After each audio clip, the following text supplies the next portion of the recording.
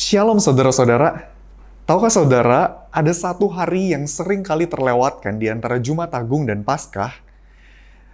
Dalam kalender gereja tradisional, hari Sabtu yang mengakhiri Pekan Suci atau Holy Week yang diawali dengan Minggu Palma atau Minggu Palem dan kemudian dilanjutkan dengan Paskah diperingati sebagai Sabtu Sunyi.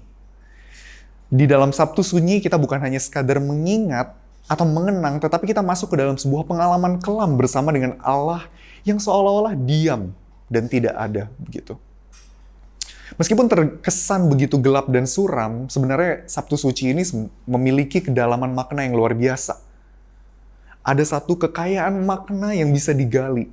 Dan untuk itu, hari ini kita akan bersama-sama menghayati Sabtu Sunyi dengan merenungkan bersama-sama dari satu teks Alkitab. Saya membaca setiap kita untuk membuka Lukas 23 ayat 50 hingga 56. Lukas 23 ayat 50 hingga 56. Adalah seorang yang bernama Yusuf, ia anggota majelis besar dan seorang yang baik lagi benar. Ia tidak setuju dengan putusan dan tindakan majelis itu. Ia berasal dari Arimatea, sebuah kota Yahudi, dan ia menanti-nantikan kerajaan Allah. Ia pergi menghadap Pilatus dan meminta mayat Yesus, dan sesudah ia menurunkan mayat itu, ia mengapaninya dengan kain lenan, lalu membaringkannya di dalam kubur yang digali di dalam bukit batu di mana belum pernah dibaringkan mayat. Hari itu adalah hari persiapan dan Sabat hampir mulai. Dan perempuan-perempuan yang datang bersama-sama dengan Yesus dari Galilea ikut serta dan mereka melihat kubur itu dan bagaimana mayatnya dibaringkan. Dan setelah pulang mereka menyediakan rempah-rempah dan minyak mur. Dan pada hari Sabat mereka beristirahat menurut hukum Taurat. Saudara, waktu-waktu setelah Yesus dibunuh adalah waktu-waktu yang sangat menyedihkan, mengerikan, mencekam, kelam, kabur, dan begitu menyayat hati. Coba bayangin saudara, Yesus yang selama ini dilihat sebagai sosok yang menjanjikan harapan dan kemenangan oleh murid-muridnya, pada waktu itu hanya akhirnya tersisa mayatnya. Saudara, mereka begitu ketakutan, gak sedikit dari mereka yang akhirnya merasa begitu takut, bukan karena Yesus meninggalkan mereka, tetapi juga karena mereka bisa saja menjadi target pembunuhan dari pemerintah berikutnya. Jadi saudara bisa bayangkan betapa gelapnya, betapa mengerikannya kondisi mereka pada waktu itu. Meskipun begitu saudara, ada beberapa orang di antara mereka seperti Yusuf dan para wanita yang kita baca tadi, yang masih menyempatkan waktu mereka untuk merawat mayat Yesus dan mengistirahatkannya dengan baik.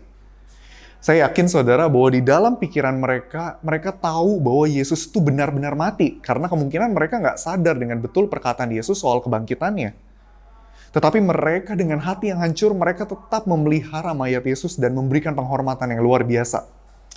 Buktinya apa? Dua hal saudara. Yang pertama, Yusuf membaringkan Yesus di pemakaman yang baru. Pada saat itu, seseorang yang dianggap sebagai seorang penjahat itu tidak layak untuk dimakamkan, apalagi dimakamkan di pemakaman yang belum pernah digunakan sebelumnya. Yang kedua, para wanita juga mempersiapkan wewangian dan rempah untuk membaluri tubuh Yesus agar tidak cepat membusuk. Mereka memperlakukan Yesus seperti seorang raja, bahkan meskipun masyarakat dan pemerintah pada saat itu melabeli Yesus sebagai penjahat. Saudara, kita bisa membayangkan saudara ketika mereka melihat tubuh Yesus yang dingin itu, mereka mungkin menangis. Mereka mungkin menjerit, mereka mungkin merasa begitu gelap, ada tanda tanya besar di dalam kepala mereka. Namun mereka tidak tahu, saudara, bahwa ketika mereka sedang merawat tubuh Yesus, Allah sebetulnya sedang merawat kehidupan mereka. Kristus yang mati dan masuk ke dalam kerajaan maut itu sedang mempersiapkan, memberikan kepada manusia kehidupan yang utuh. Saudara, saya yakin banyak dari kita setuju bahwa berhadapan dengan orang yang diam itu seringkali menyakitkan. Nah, apalagi ini Allah. Sama seperti murid, ada banyak momen di dalam kehidupan yang membuat kita bertanya. Membuat kita berpikir Allah itu diam, Allah hilang, dan Allah seolah-olah nggak berbicara. Kita terus berteriak, kita terus bertanya, Allah engkau di mana? Jangan-jangan aku buat salah. Jangan-jangan engkau bahkan tidak ada. Padahal sebenarnya Allah masih ada di sana dan sedang memelihara kehidupan kita. Saudara, kalau Allah terkesan tidak ada, kalau Allah terkesan diam, bukan berarti Allah tidak ada. Kita perlu belajar, saudara. Bahwa Allah pun bisa memegang kendali kehidupan kita. Bahkan ketika semuanya terkesan begitu hening.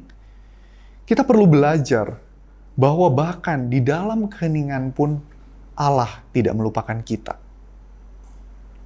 Berbeda dengan para murid Yusuf dan para wanita yang melihat bahwa kematian Yesus adalah akhir dari segalanya, kita tahu bahwa Yesus bangkit di hari ketiga setelah dia mati untuk memberikan kita kemenangan yang sejati.